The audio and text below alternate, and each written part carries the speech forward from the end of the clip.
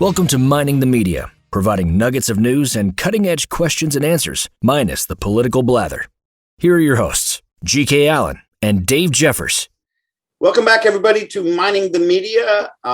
We're glad to have you back on this first day of August. Hard to believe we're already in the dog days of summer. The month of August has begun today.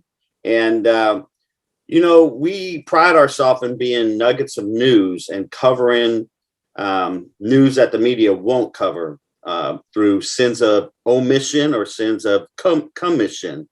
And GK got a hold of me that we've been talking back and forth this weekend and decided that, there's some things that our listeners need to hear about. And some of the things that have been going on, some of them have been going on a while. There's a couple of other things that I know, unless you're a big follower of what we read, you have not heard this stuff. So GK is going to go ahead and he has something he wants to read from Breitbart. We're going to pick up with or start off with. So GK, go ahead and share with us what you have. Well, first of all, James Pinkerton's one of the smart guys out there. Yes. There's a recent column he did within the last 24 hours or so. I normally don't do this, but in this case, I'd rather use his words than paraphrase. So allow me a couple of paragraphs. Hey, if it was good enough, hey, GK, if it was good enough for Rush, it's good enough for us. Here we go. Okay, again, this is from Breitbart, James Pinkerton. And we're talking about China and how China owes the world a lot, financially speaking. Here we go.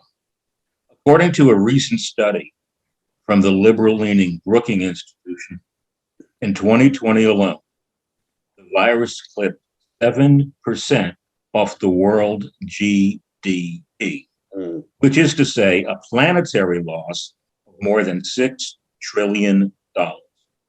Brookings also notes that in response to the pandemic, the governments of the world injected approximately $16 trillion in cash into their economies. Given the state of the emergency last year, some of that infusion might have been necessary. And yet, we already are seeing all that Keynesian cash will increase inflation. Okay, I'm stopping that right now. I quoted that, read it. And I think what we need to do, the world does need to send Chinese giant credit card bill. Yes. Because whether they did it by design or just took advantage of an accident and created the design from that accident, we don't fully know yet. I've read too many contradictory things, whether the military did it deliberately or whether it was an accident and all the people wanted to cover their ass. I simply do not know. What I do know is the COVID vaccine really stuck it to the world, to the point where it even showed up in Antarctica. Now, the world needs to do something to China.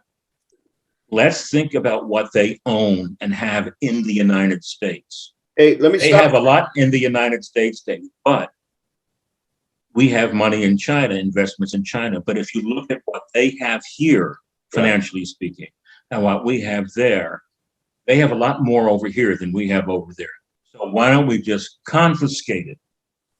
Why don't we just stick it to the Chinese and say, screw you, you're liars, you've polluted this world, you owe the world a lot. What really bugs me is if they were in any way humane or any part of the world in a decent sense, the Chinese Communist government would have said, we are sorry, what can we do about it? I read recently a piece from a former high-up official in the Nigerian government talking about how he feels many of the African nations are owed a lot because of the damage done to the African economies. So it's not just an American thing. It's not just a right-of-center American thing. It's people of all races and persuasions and nationalities, India, Antarctica, you name it, Iceland, you name it, France, you name it, Chinese have displayed. And it's the government I'm talking about. I'm not talking about Chinese people. I don't want my words twisted. Their government has done a job of sticking it to the world, not giving a patootie about it. And it's about time that the nations of the world say, enough is enough. Either you join the world and you join the human race properly, and we really do have to do something about reminding the Chinese, every nation in this world deserves some kind of, shall we say, reimbursement from the Chinese, reparations, if you will. That's a great point. And morally, they owe everybody because they did this deliberately. Now, whether it got released deliberately or not, you remember back in the early start of March last year, I told you it was a bioweapon. And I knew it was. I knew it was just because of my experience. I knew it was from the things I was hearing about it. I knew it was by some of the things I'd read. So I knew it was a bioweapon. There was no doubt in my mind from the beginning this was a bioweapon. It wasn't your typical virus. And that's what lab engineered viruses are like. That's why they're called super bioweapons. They build super bioweapons. Go back to the Roman ages. The quickest way to knock out a fighting force is to pollute their food or water source with dysentery. They're done.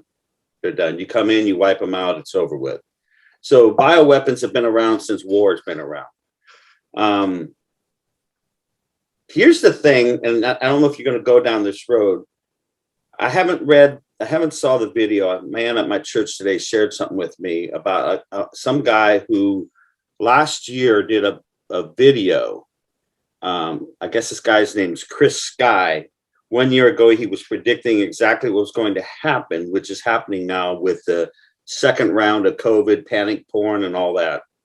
And the left wants the lower income class. They want poor people. They want rich people. They don't want the middle class because you can't control the middle class. You can't. You can control rich people, threaten to take their money away from you, and they'll do anything if that's what they worship is money. But if you have an underclass of citizens who are either uneducated or lower educated, getting plenty of government cheese, totally dependent upon the government, afraid to death of, not being safe, then you've got what you want. You stay in power forever. So do I think that the left was in on this from the very beginning with the Chinese? I don't know. Would I be surprised by it? No. But we don't know at this point if it's conspiratorial or just stupidity or limp-wristedness or whatever. Yeah, on our side, yeah. However, what they are showing is, like you said, either cowardice or cooperation with the Chinese. I think it's both. And Stockholm syndrome. Yeah. It goes back to where I keep telling everybody, because I had this conversation with my son-in-law yesterday at lunch. We met in Lake City and dropped my grandson off with his daddy so he could take him home. And they're now voting in the school board is getting ready to decide in Hillsborough County whether or not they're going to make kids wear masks. They just did in your county. You're in Pinellas County, right? Yeah. Yeah, they just decided when I'm not busy on my houseboat on the Banana River. Okay, they have voted. Apparently, Pinellas County has voted to make kids wear masks, and everybody's up in arms. And I tried to tell him, I said, Ben, you don't have to go by. He goes, yeah, you do if you mandate it. No, you just say no. You have an uprising. You have a citizen uprising. I said they did this in a little town. Of course, it was in Eastern California, which is a little bit more, near the Sierra Nevada, is a little bit more conservative. But they stormed the school board meeting and just lambasted the place. The school board immediately resigned because they weren't putting up with it anymore. So they fired them all on the spot. They basically forced their resignation. They had elected a brand new school board right then and there, and they said, we're taking back our control of our children's education.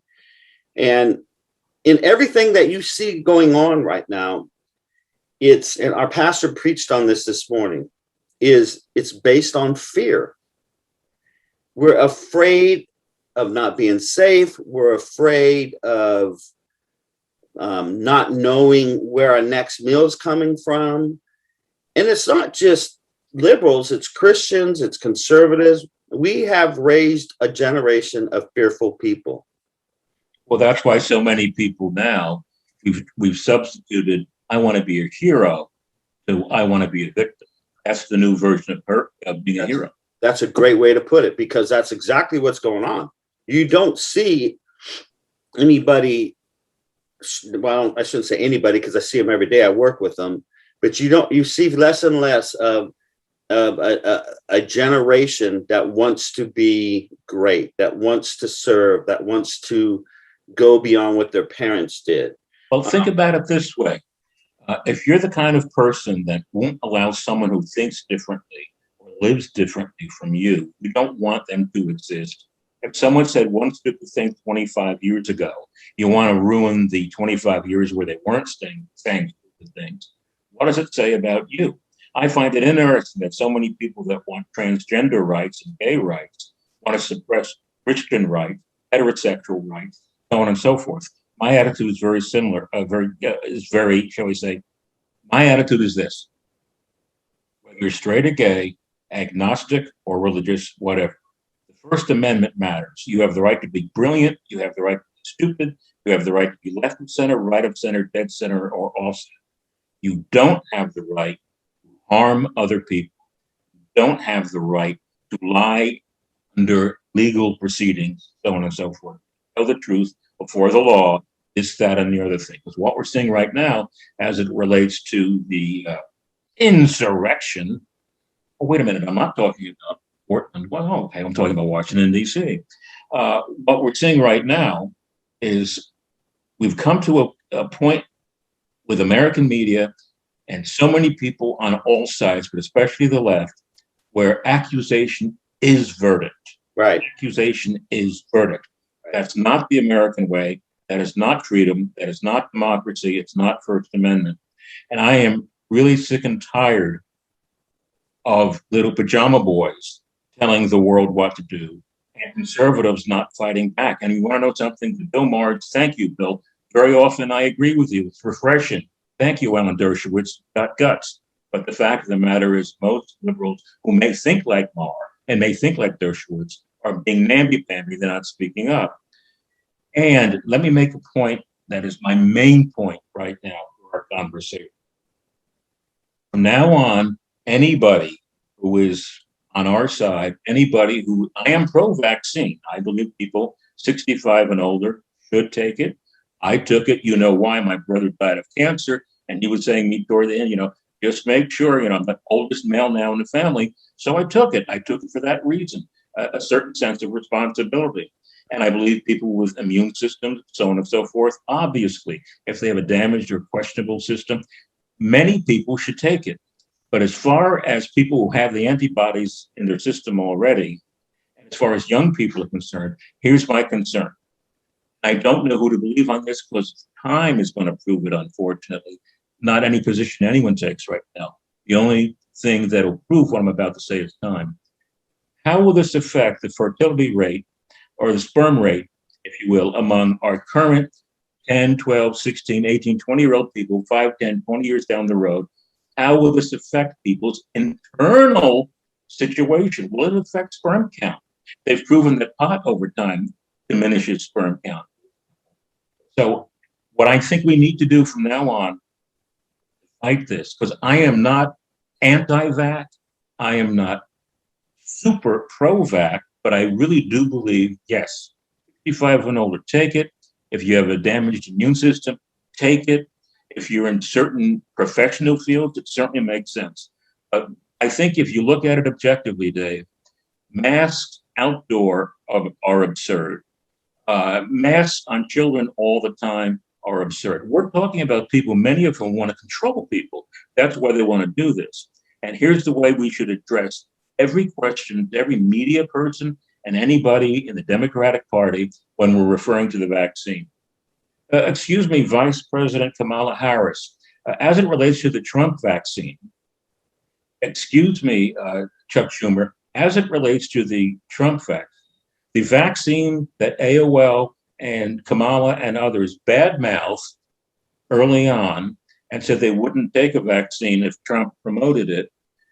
Well, they're now trying to force everybody to take it. So they've gone from being, oh, we don't want to take it. Orange Man did it. Bad man, Orange Man. All of a sudden saying everybody should take it. So if that's the case, say, hey, you're saying everybody should take the Trump vaccine. Is that what he's saying, Kamala? Everybody should take the Trump vaccine. Think about it. Well, put them on defense. We don't do that. And here's because Republicans are winners. But here's the thing: they'll just deflect and deflect and deflect and deflect.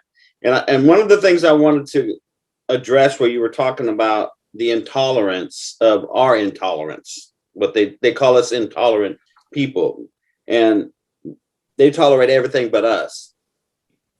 Diversity does not include us. Yeah, when it comes to gay marriage or gay rights or all these other belief systems that they have, they say all we want you to do is accept us. If we didn't accept you, you would be in jail at best.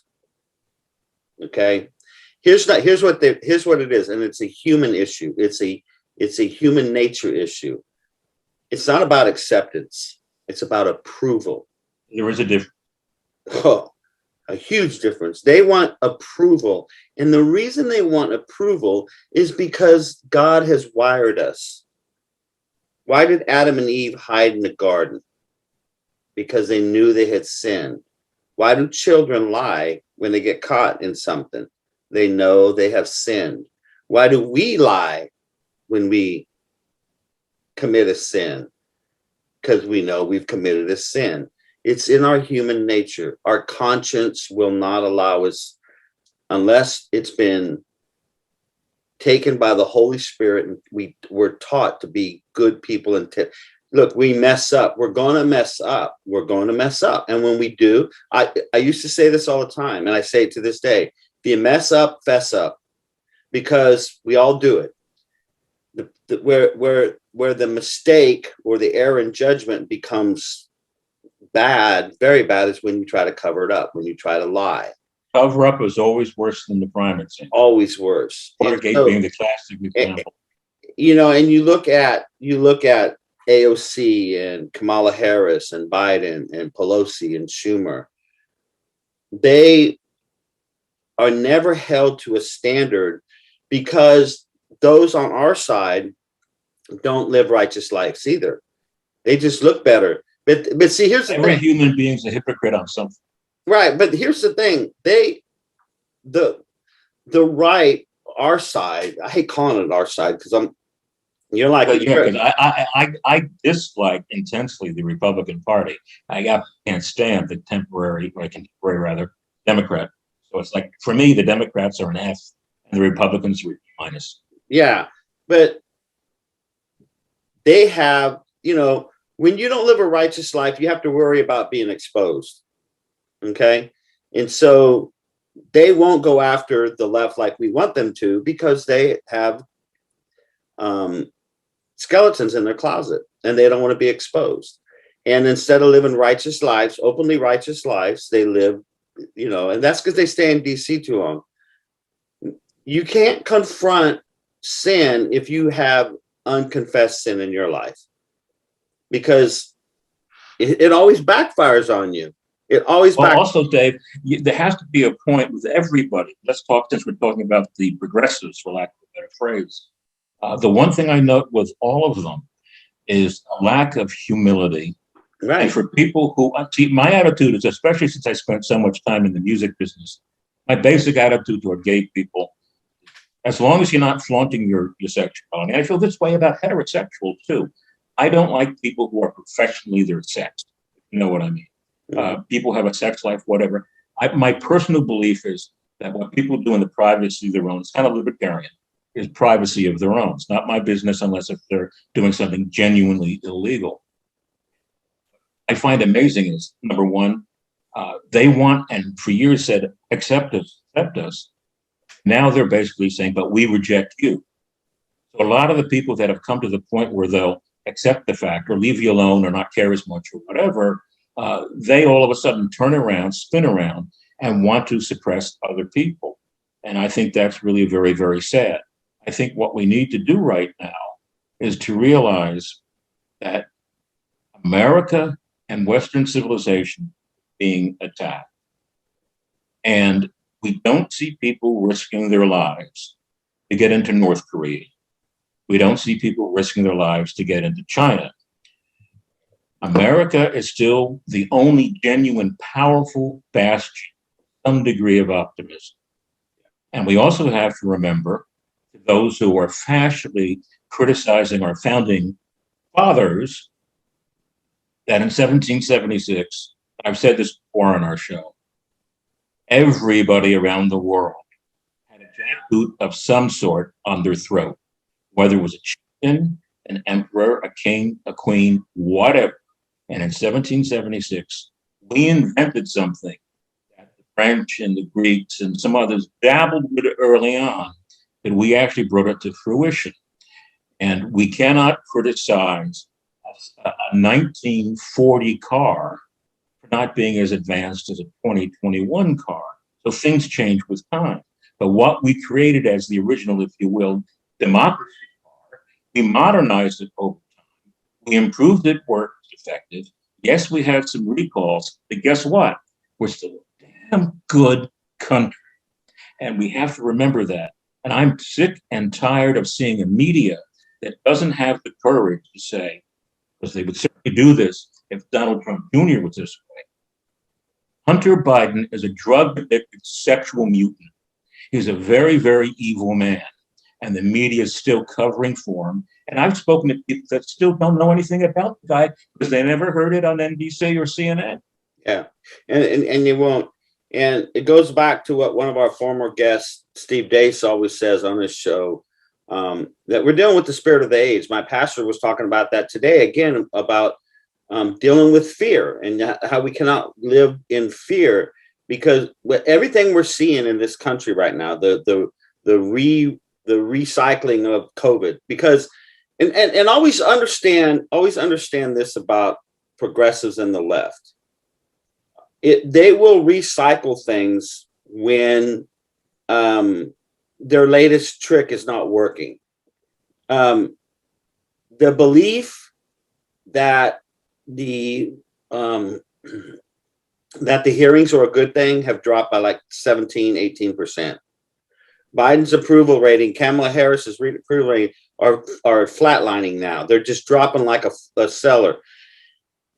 And our pastor was talking about the things you see going on right now are just simply satanic. And for those of us who follow Christ and know what it's like to be tempted by the devil, he'll recycle old stuff at you. Just if you're fighting off one attack, he'll come up with the same one. He may come up with an old one. His old faith, he likes to. He knows I can't hit the curveball, and every once in a while, if it's 3-2, he's going to throw me the curveball, and hopefully I'll swing. And Dave, that you and I have some differences on things of a religious nature. I come from a mixed background, and I have kind of a very complex, hard to describe feeling about things along those lines right now. But I do know this, that whatever the Democrats or the progressive slam us with, they're the ones who are actually doing it. When you look at Russian collusion, they were the ones colluding. Right. Hunter Biden was the one in Ukraine and Russia and China. It wasn't Donald Trump Jr. And the only thing I'm asking for is this. If my senator or my favorite columnist or whatever turns out to be a bum, I want to know it. I want to know if the vehicle I'm driving in, whether it was built by Democrats or Republicans or independents, I want to know that my car is safe, meaning I want to know that my country is safe. And right now, I think we really have to acknowledge that the American experiment, more often than not, worked. And we have to acknowledge and remind people, especially a lot of young people, a lot of Black people, the Republican Party was created as an anti-slavery party. Its first president was Abraham Lincoln, the and Emancipation Proclamation, that probably the biggest bigot we ever had as a president was a Democrat, Woodrow Wilson, who was a Klansman. Hello. And dudes have to be reminded that Roosevelt didn't do Jews much good when he was returning ships back to Europe so the Jews can get killed, with the passenger liner. I forget the name of the ship right now. Forgive me. I should have looked it up. But it was St. Louis. I could be wrong. But in any event, there was a shipload just before we were in World War II of Jews who tried to get to America, and Roosevelt wouldn't take them in. So 600,000 Americans fighting to keep the Union died in the Civil War. A lot of white people died for Black people. And I think it's important right now, Dave, that we confront the violence within the Black community, because an awful lot of very decent Black people, most people of any color are decent. They're the ones who want police funding. They're the ones who want charter schools and school choice. The people most pro school choice are Black people. Every poll I've ever seen on it, they're the ones. The Democrats don't want that, because if you're in a different school from your typical public school, you might actually get an education on history. You might actually know civics. And it's the Black community who's the most anti-vaccine, because they have been told throughout their history of what happened with the Tuskegee Institute, how they were experimenting. Well, I can understand that fear. Exactly. And here's understandable. And I was watching, of all things, I'm watching when I was rehabbing from my knee, a replacement. I like to watch the MLB Network, and they have a show in the off scene called Hot Stove. It's a morning show. And Harold Reynolds is a Black baseball player, very good baseball player, but a good Christian man. And he was hoping everybody would get the vaccine, particularly Blacks. And he brought that up. He said, we're fearful of it because of our past and what our grandparents have taught us and all that. And so when Henry Aaron got his vaccine, he was very happy with that. But what did Henry Aaron die from? Do we know? Here's what we do know. He died 2 weeks after he took the vaccine. We don't know anything else. We've not heard anything. And I find that kind of interesting. And Steve Deace has brought it up again up on his show. And if you know that I'm thinking that, where do you think I'm getting those questions from? It's from what I see in social media, particularly through parts of the Black community. They don't know if Hank died from the vaccine or not, and nobody will address it. Part of the problem is people who die in the hospital with the COVID disease, if you will, in them, aren't necessarily dying from COVID. They happen to have it. Right. They may be dying of a bad heart. They may be dying of bad lungs, kidney failure, or whatever. My feeling is really quite simple. Most people really should take the vaccine. Yeah, well, 55 and older, compromised, and if you want, it should be something that people take if they are adults. Yeah. My question is, I'm very fearful because we don't know enough as it relates to our children. Yeah, well, there's children getting it, and parents are doing it out of fear. It seems from the things I've read that most kids who get it, look, as I think of my daughter and son-in-law and their family, 3 of the 5 of them tested positive for COVID. Very minor symptoms. That's it. Right. Well, they have antibodies. From the very beginning, renowned immunologists and virologists from Stanford, other big institutes. Again, our buddy Steve Deace, who came on our show, wrote the book, The Faucian Bargain. And from the very beginning, they said, if you shut the schools down, this virus will not go away. It will not go away. And they were being told that from the beginning. And yet they did it anyway. You know what I heard the other day, Dave? That science and math, when they take these, they look at test scores year to year to year to year, that because of this COVID thing and what the kids supposedly learning online and all that, that Americans have gone even lower in math and in science and some of these tests because not being in school has affected their performance. It happened here in our state. In fact, my daughter just got my grandson's results from testing. And by the way, he scored all 4, so he did fantastic. But all the scores have dropped in this last year. And I mean, we could do this forever, but it comes to me, what it comes down to is what I told my son-in-law yesterday. It's what I've said before. It's what I said on D-Day when we did that special D-Day. Yeah. And they tried to compare the Normandy landings with Antifa. No. No. Sometimes the answer is no. And I'm sick and tired of everybody being called a Nazi.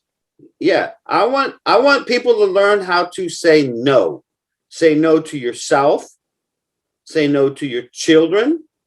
Say no to people who want to take away your liberties. Say no to people you put in office who lie to you. And it's not just the left. Karen and I were talking about driving back from Lake City. I endorse people locally because I have a small local following and people ask me for who I'm going to vote for locally. So I do my homework and I get to know, and I know people who do their homework and they give me feedback, and then I make my decisions on who I endorse. Well, I endorsed a man for county supervisor. We don't call them supervisors. We call them county commissioners. And, I mean, salt of the earth, beautiful family, man of God, Christian, conservative. And maybe he was, but here's what I know. He rolled over once he got in office. And my wife said, well, maybe it's the pressure. I said, and if it is the pressure, then here's the problem. And again, I'm go back to my buddy Steve Days, because I don't want to plagiarize people. I want to give credit where credit is due. But he said this years ago. The problems we have with our elected officials, and this is probably more true in the Republican Party than it is the Democrat Party, is we elect people who take political positions instead of having moral convictions. You seen Chip Roy? Did you see what Congressman Chip Roy did? Now, he's a close friend of our buddy Steve.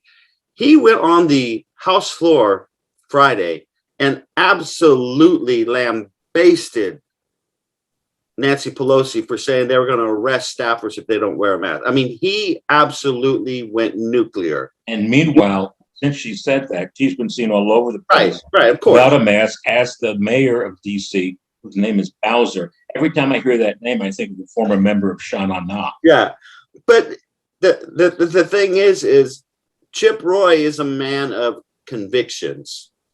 Okay. But when we elect people who know, because they know the talking points, they know what they have to say, they know how to dress themselves up to get into the party. Okay, you know, when you try to get into the latest nightclub, you gotta be dressed just a certain way for the bouncer to let you through the door. And that's what these people do now when they come to us. We don't do our homework. We don't ask them probing questions. We don't ask them, you know, where do our rights come from? You know, what's your position on abortion? What's your position on gay adoption? What's your position on taxation? We don't ask them the hard questions before we go, and that's what we're supposed to do in the primary. So if we are tired of the people that we put in office, then we had better get busy and do two things. Get involved and do your homework. All politics are local. My high school back in Sebastopol, California. And I would tell you, 90% of these people who are up in arms about what the school board there is doing are liberals. They voted all these liberals into office. They vote liberals into office. They're Trump haters. Not all of them are, but they're anti-Republicans. They're anti-Trump. And they are up in arms. And I've had to bite my tongue not to say you guys you put yourself in this position. I've had to bite my tongue from saying that. I finally did post on a reply on Facebook that all politics are local.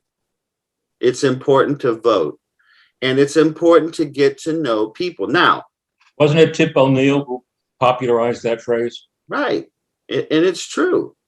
Sharon Angle got involved in politics because of a school would not allow her to do something with her own children. So she ran for the school board. And that's how she got involved. That's how most people that end up being really good at this job get involved, because they look around themselves and say, I could do better. And we need to do that more. We need more Christians. I mean, Franklin Graham said this. We need more Christians running for office, not running from office, not running away from politics, running to it. You know, be like that Marine Corps commercial. Run to the sound of danger. We need to run to the sound of danger. I think what you're saying, and correct me if I'm wrong, but I think what you're saying is we need integrity. Yes. And directness. Yes. Yes. And that's where convictions matter. The reason our founding fathers, flawed as they were, came up with the system they came up with is because they had conviction. They went up against the world's greatest military power. Look at the last line in the Declaration of Independence. Let me find it for you while we're chatting. And it's, I think I have it in here. No. Anyway, they say we give our honor, our fortunes, and our lives. Right? I have a copy. I never have a copy or a quote when I want it live, right? But the fact is, if you remember, when Bill Federer was on, and I asked him about Richard Stockton, yes, because he was a homie, if you will, from where I grew up, and he literally gave his blood and his fortune. He did. I saw, and then there's another guy in Maryland, no, in Virginia, whose house he told George Washington, go ahead and bomb it, because you know, it was his own home. Who does that? When you look at George Washington, I know it's fashionable to put all our founding fathers down, and I'm sick and tired of the diversity crowd not being diverse. Yeah. I'm very tired of seeing George Washington blurred. We never would have had an Abraham Lincoln or Dwight Eisenhower or Ronald Reagan or JFK. Because I think in my lifetime, Eisenhower, JFK, and Reagan are my presidents. We never would have had these people. We never would have had a Lincoln if George Washington wanted to be emperor or king. George Washington was that rare man who knew when to get off the stage.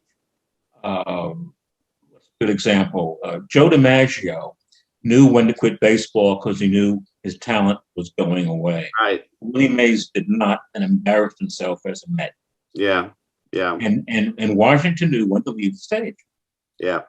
Well, here's the line I wanted to share with them, and it goes back to what you're talking about, is having integrity and being direct and being morally courageous, to put it bluntly. Last line of the Declaration of Independence from our founding fathers that some of you just despise. And for the support of this declaration, with a firm reliance on the protection of divine providence, we mutually pledge to each other our lives, our fortunes, and our sacred honor. And we need more people like that. We need